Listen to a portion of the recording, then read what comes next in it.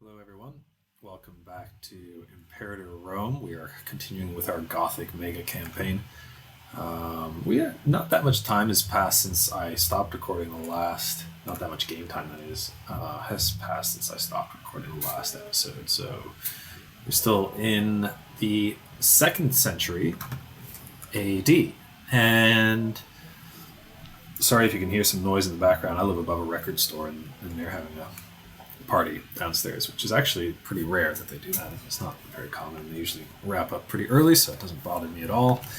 And I am starting to record again now because because I'm in this kind of on the one hand, I'm like excited to get through Imperator and get on to CK3. On the other hand, I'm kind of in this stage where I've blobbed a bunch and I don't know what to do. Believe it or not, we attacked Rome when they were struggling with a internal revolt and managed to win a few provinces off of them here. And those were provinces we needed for this mission tree, the matter of Pannonia, so moving into Pannonia, which is, if we look at the region map mode, this whole area in here, kind of a big steppe area within what is now modern Hungary, and I just don't. We'd have to go to war with Rome again to get the rest of it. And even though we're doing pretty well financially, I've been putting a lot of money into building foundries in cities, foundries which increase your material production in provinces, and then you can trade them. So look, our commerce income is pretty high. Our tax income is pretty high too, which no idea why. I don't know what drives that. I should probably look into that. Anyway, so we've got good income, and we've got, I could probably remove some forts and end up with really good income. And we've got good income, good money. We've been investing in production, and I've started to put aqueducts in cities so that they could grow a little bit bigger, but also I've started to put more libraries in because I just kind of want to accelerate research now. And we were going down a research path. What was I was trying to research things. Just things that make it easier for us to stay unified, because I think that the 3rd century crisis mod is going to start throwing some fun stuff at us soon. And I don't mind if we fragment a bit, but I don't want to end the game before the end. I'd like to, now that I've invested all this time into getting the Goths to survive the early Iron Age, or whatever it is. Is it early Iron Age? Am I wrong in that? No, it is. Anyway, survive whatever period we've been playing in, classical period. I would like to see it converted to CK3. So I don't need Guthonia to stay large. I just need it to persist. And one of the things I wanted to share with you guys is that we have started to have, and it doesn't really show up on our religion monitor yet, but we've started to have quite a few populations convert to Christianity. So it's still not really showing. There's a Christian center, and we do own a Christian center. So here's one. Our first predominantly Christian province is in Sarmatia, and our first predominantly Christian settlement is in Sarmatia. And if I look at, I guess it's not predominantly Christian, but it is Christian. Why would it show as yellow? Oh, sorry. This breakdown's for the whole province, and I'm just looking at one settlement that is predominantly Christian. It's not a small settlement. It's not a city, but it has a pretty big population. Anyway, and it produces a lot of livestock. So yeah, Christianity is spreading. I don't think I'm going to really push against it. I mean, kind of the role play part of me would kind of, well, because the Goths were one of the first Germanic tribes to convert to Christianity, kind of maybe isn't, I'm inclined to go with the flow and do that. I don't know how I do that in this game. I guess I'll just wait and see what kind of decisions get thrown at me. But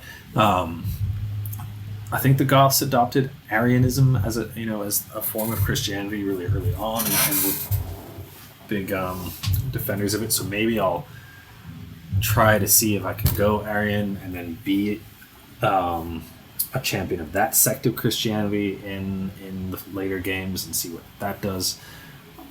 Yeah, I don't really feel like... I think in a lot of games I've played, I've gone kind of anti-organized religion just as part of my ethos. But I think in this game I'll just kind of go with the flow. And what else is going on?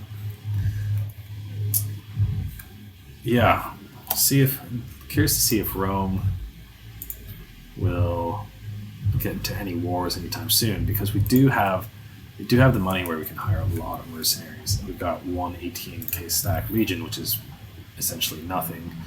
When we raise our levies, we're starting to get quite a few levies because we've got some fairly well populated provinces now. So Vestulia, yeah, very well populated provinces. And I'd like to take at least this one settlement and this province of Pannonia Prima from the Romans, so they can keep going in this mission tree. Because Pannonia Prima is here. If I could get that, that'd be great. Hercaniata's there, which I used to own before Rome took it from me. Yep. And in the meantime, I don't know. I don't really know what to do. So let's see what else is going on. Oh, interesting. Britannia is no longer the complete and sole ruler of what is now England. Not that this is culturally any different, but it's independent. And what else is going on? Armorica is blobbed. Armorica has been one of my allies, so I think that might have helped them blob. And they're at war with Britannia, as is X39. I can't form alliances anymore. So if I go to diplomacy and I look at myself, I've blobbed too much. I'm too big. I'm now considered a great power, which precludes me from forming alliances. So I'm kind of there on my own. I'm currently absorbing Livonia, so I'm going to own that. But it's just one settlement way over there. So yeah, so it's kind of a see what happens kind of phase. Do some research, build some buildings in the cities, see if Rome will make the mistake of declaring war against a large nation, which there's really not that many. A number of Jews in Ireland have started to come to the view that their prophecy Messiah has already come to this earth. Okay, so another Christian. I didn't realize we had any Jews, but now one of them has become Christian. Macedonian Freeman and Nato. But yeah, I mean, if Rome was to go to war against anybody that might actually challenge them, I guess it would be Parthia. And I forgot that when we were looking over here before, Parthia does not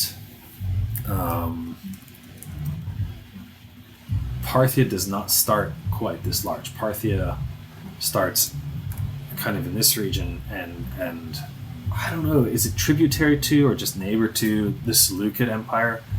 One of the what do they call them again? The successor kingdoms. And then in this game, Parthia took over the Seleucid Empire, and the Seleucid Empire is no more, as far as I can tell. What is this?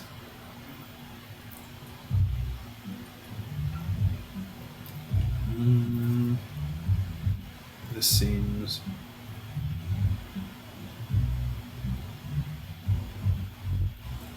This seems the least impactful. Yeah, so Seleucids are gone. Oh no, wow. They're not quite gone. They exist in tiny fragments. But so Parthia has taken over most of the Seleucid Empire, and then, I hope I'm saying that right, and I noticed before that somewhere in here one of the other successor kingdoms was holding on to like one province, but I can't, maybe it's gone now. It must be gone now. I forget which one it was too, because Thrace was the Lysimachid, Ptolemaic is still going strong. Antigonid, I think it was the Antigonids that were holding on to like one province here somewhere, but apparently not anymore. They're independent. Megalopolis, interesting. Okay. So Antigonids seem to be totally gone. Seleucids are hanging on by a thread. Parthia has taken over most of that. Shunga, I think, is a formable that the Mauryaans become, or something like that. I'm not 100% sure about that. If anybody knows, they can mention in the comments. And yeah, so here we go. And X39, which should be called something like, well, it's some new Istvionic nation, but it should be like, it's where the Swabians were. Let's see if the Swabian culture is still dominant there. Is that culture? Yeah. Dominant culture, Brahmin culture. I don't know, there's not really that many Swabians left. Oh, they're over here. No, that's Rubian. I don't even know what Rubian is. Yeah, I don't know. X39, it would be nice if it was called something else, but we have to deal with that. But they're at least Germanic. Istvionic Germanics. And when Parthia's over, we put the Scandians back in Scandinavia by going to war against Britannia, who had controlled it, and then giving it to Livonia, which was one of our client states. And then I'm kind of looking forward to having the demonic British Celtic power removed from Frisia and the Netherlands, so that when we convert to CK3, that particular historic anomaly is not there. But some of these are going to last. So we're going to have with a predominantly Celtic France and southern and Low Countries that never was conquered by Rome. From the looks of it, maybe too soon to speak, but I have a feeling they're not going to do it in the 3rd century. And then a Celtiberian Iberia. This is in the Celtiberian group. I actually don't know where that starts, but let's see if we can see that on the culture map. So that's kind of like a Galician, interesting, Galician Celtiberian group that is dominating the northern Iberian Peninsula. And actually Punic culture groups, even though Carthage is not that strong in the south, they seem to have a pretty good, they seem to have had a pretty large cultural impact. So if we look at culture, Punic here too, a little bit of Roman around the Straits of Gibraltar, but kind of, I think it's cool. It sets it up for an interesting future clash in Iberia between Phoenician and Celtiberian culture groups. And what did we see for religion? We're going to do this again. Christianity is spreading, especially in this. Oh my gosh, I'm blanking on the name for this region. But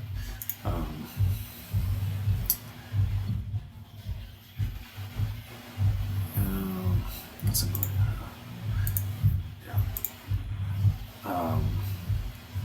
Yes, that's not Septimania. I forget what that area is called. I'm blanking. Just blanking. No excuse. Anyway, lots of. Oh, this is Catarigia, so it's actually an independent nation guaranteed by Rome. So how he can be at war when Rome's not, I don't actually know. Anyway, it's supposed to be guaranteed by Rome, and it seems to be not very Christian, which is cool. Cool to see the mods at work. So in the interest of not boring you guys too much while nothing's going on, I will cut it here.